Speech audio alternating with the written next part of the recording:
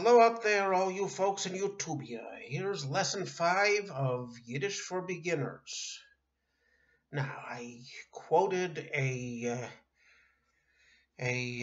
phrase as proof of the genitive definite article from a book of Chabad Hasidus called Hayom Yom, which has daily thoughts for to live by each day, arranged according to the calendar.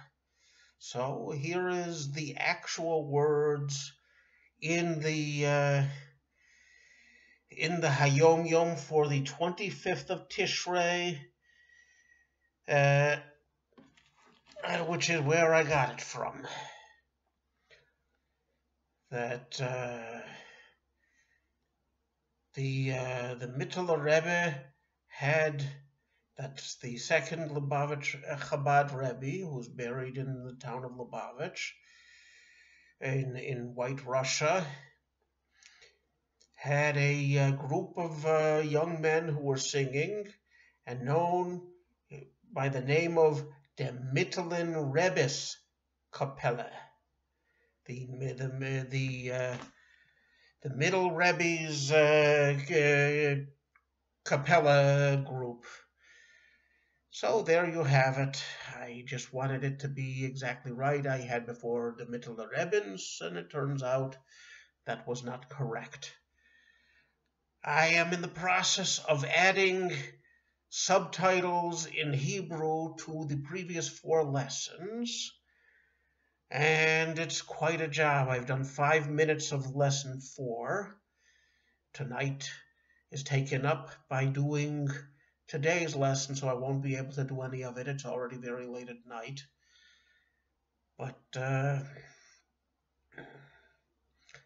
so I'm going to try to make this a short lesson, because it concerns nouns. Now, we've learned the declension of the personal pronouns, both singular and plural, and masculine and feminine, and of the definite article, masculine, feminine, and neutral in the previous lessons.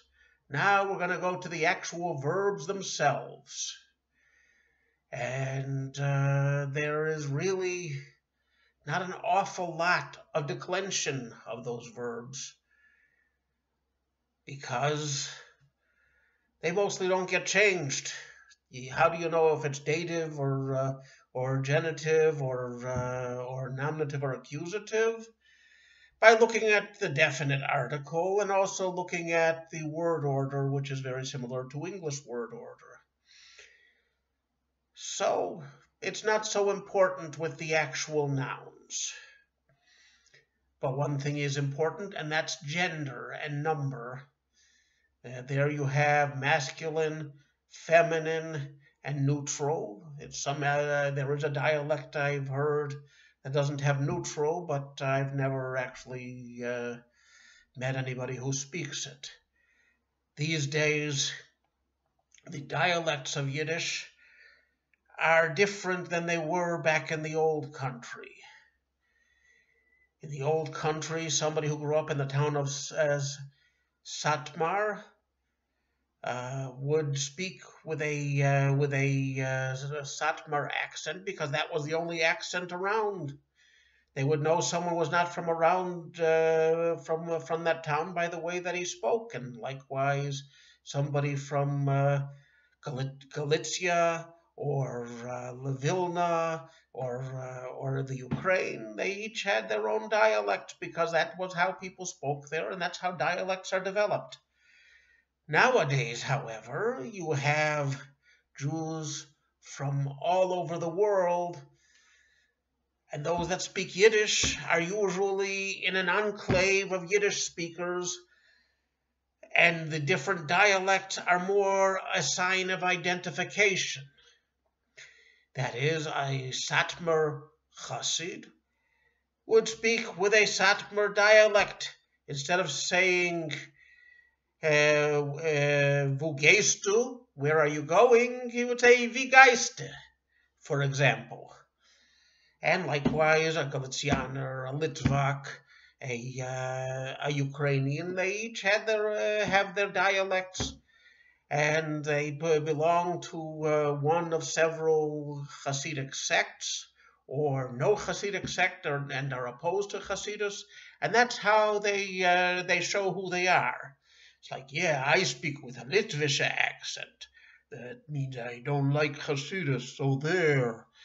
It's not quite like that. It's not so in your face, but based on people's identification on ideological grounds, that's the dialect of Yiddish they speak. And perhaps the grandparents or parents come from those regions. A lot of that factionalism, along with a lot of the dialects, were destroyed during the Holocaust. But it's still out there. It still remains, and it's something that you have to be mindful of. At any rate, let's get on to gender. Now, like in Hebrew, and like in ancient Greek, French, Russian, you name it, languages with genders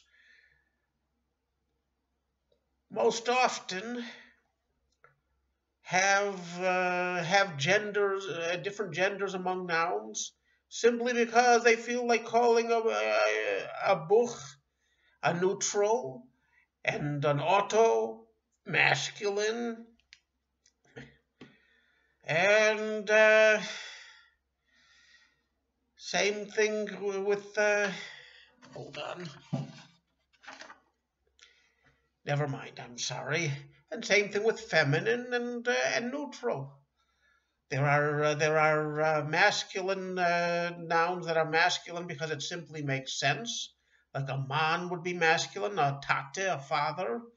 And then there are those which it's simply the way that it is because that's the way that it is, and you just have to memorize which nouns are masculine. Same thing with feminine, and same thing with neutral.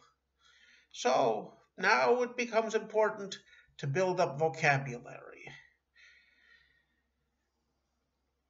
Okay, so you'll probably recognize a lot of these words if you are an English speaker because they're Yiddish and English both are derived in part from German, which is really a family of languages, more than one single language. So let me give you a few masculine nouns that are masculine because it makes sense first. Der ox is the ox. Der Ganav is a thief. Der Sohn is a son. Der Zayde is a grandfather. Der Mann is the man. Der König is the king. And we could go on all day, but we only have a little bit of time, and I've already used a lot of it with my usual schmooziness. Schmooziness, I'm sorry. Okay.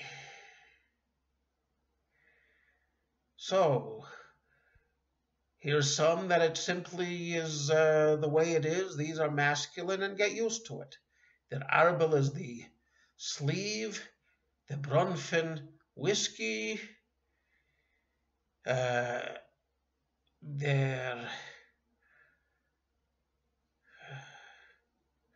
Sommer, the summer. And then there are some which, giving them a suffix, usually will make them masculine. For example, a dictator, a dictator,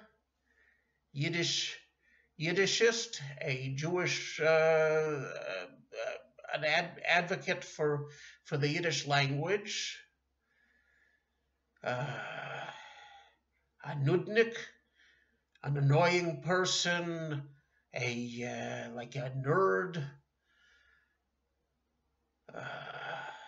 President is the president. Lehrer is a teacher. usually of secular matters. A teacher of religious matters would be called a rebbe. A schneideruk means an unpleasant tailor. And a paskudniak, that's from a Russian word, which means a troublemaker. And then there are words which are originally a verb, and then they become a noun. For example, stupen means to push in. It's also a crude word for sex. And but a push is der Stup, is to give somebody a push. That's masculine. And likewise, springen is to jump. Der Sprung is the jump, which comes from the past tense of jump, gesprungen. So you say, ich hab getan a große Sprung. That would be a masculine. I did a big jump. Okay, give me a second here. I'll give you a list now of feminines and neuters. Likewise, in feminine, there are feminines that simply make sense because you're talking about a female person or an animal.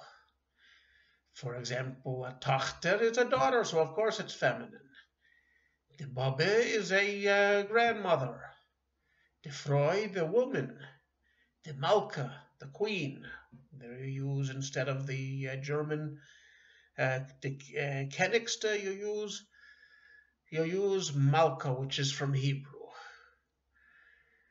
The Mumme, the aunt, which I've never actually seen anybody use the word Mumme. By me, it's I always heard people call an aunt a tante. And the kuh, a cow, of course, is feminine because it gives milk and has children. And likewise, there's feminine words which are simply feminine because they're feminine. Usually, they're verbs that end in a vowel, whereas masculine nouns end with a consonant. But it's not always so in either case. For example, the dugma, the example, that's feminine.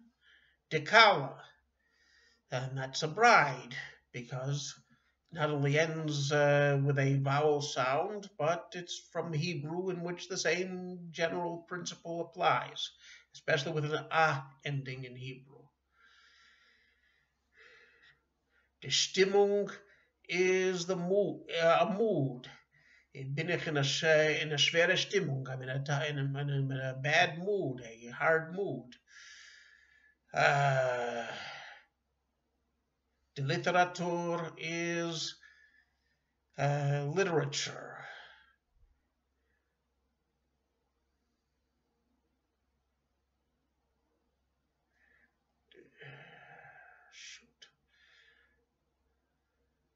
Die Grammatik, that's grammatical. Die coffee.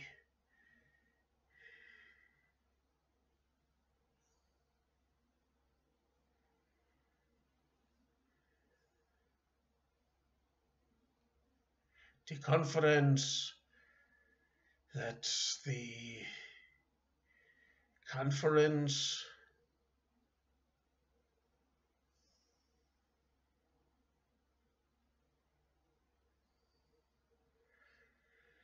The submissionist, meaning the confusion. In Hebrew, you'd say balagan.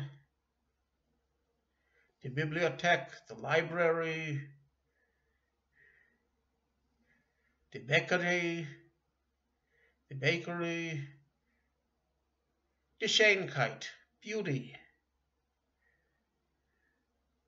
Freundschaft, friendship. Uh, these are examples of feminine nouns.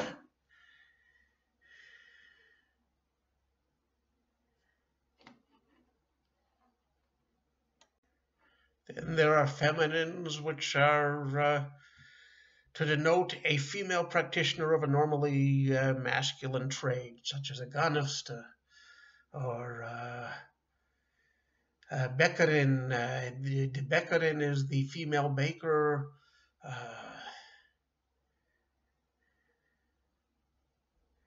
Or the krasavica, again a Slavic word, a beautiful girl or woman.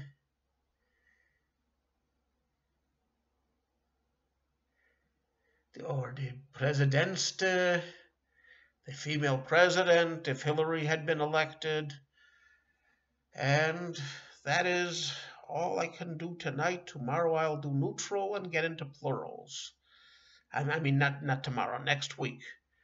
Thank you very much for your time, and I'll see you next week.